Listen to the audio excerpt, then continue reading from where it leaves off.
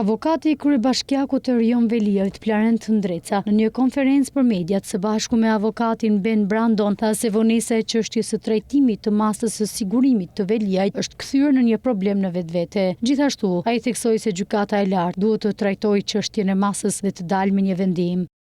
Ju besojeni qartë tashmë që vendimi për qenë korrekt dhe të saktë nuk është vendim për rrëzimin e padisë, është vendim për mospranimin e saj,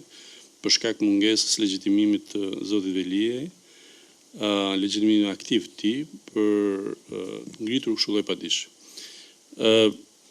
Sigurisht në kundërshtrimin tonë është një vendim absurd, vendim i papranueshëm, vendim i cili sigurisht do ankimohet, është një vendim që për ta thjeshtuar në shpjegim është një lloj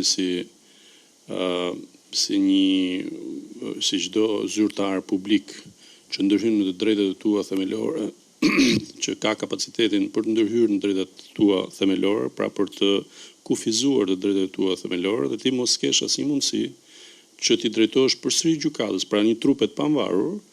që të verifikojë kur ti ke informacion mbi mënyrën se si është emëruar, pra nëse e ka titullin apo nuk e ka titullin kushtetues dhe juridik për të ushtruar këtë funksion,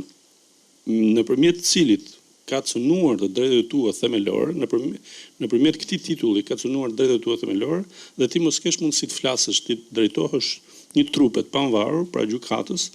për të verifikuar titullin e tij kushtetues. Pra, shikoni absurdin dhe mungesën e të njëjtave standarde. Zoti Veliaj është në burg sot në verifikim të mënyrës se si e ka ushtruar ai detyrën shtetërore, ndërkohë që ne nuk kemi të drejtë që të verifikojmë jo mënyrën se si e ka ushtruar, sepse këtë po e shohim çdo ditë, të do e verifikojmë gjykatë penale, por mënyrën se si është emëruar. Pra ka këtë drejtë ai që ta kryejë këtë veprimtari mbi bazën e cilës ne, pra zoti Veliaj është në arrest në burg.